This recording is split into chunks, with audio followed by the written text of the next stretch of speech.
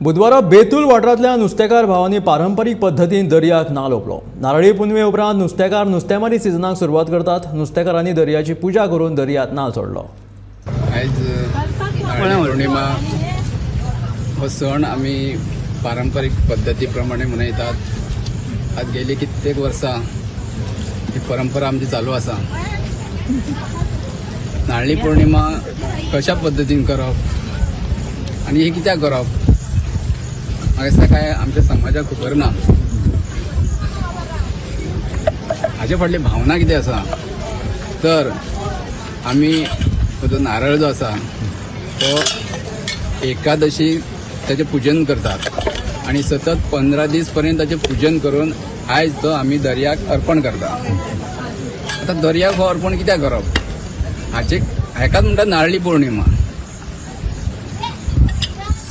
सागर जो आसा तो आमचो बापाय प्रमाणे आसा। सागर पुत्र आणि भूमिपुत्र असे दोन वर्ड आसा।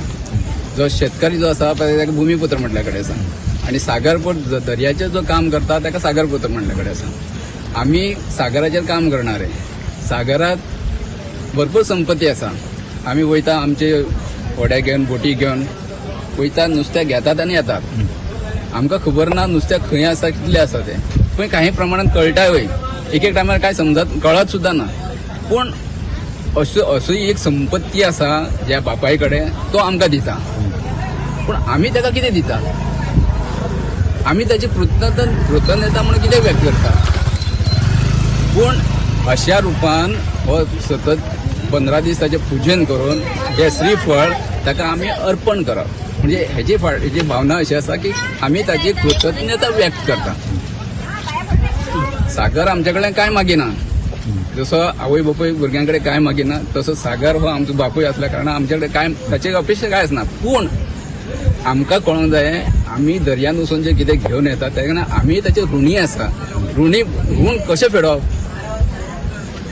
ह्या हेणी फेडना तरी सुद्धा ही आमची नारळी पौर्णिमा फाटल्यान ही भावना आसा।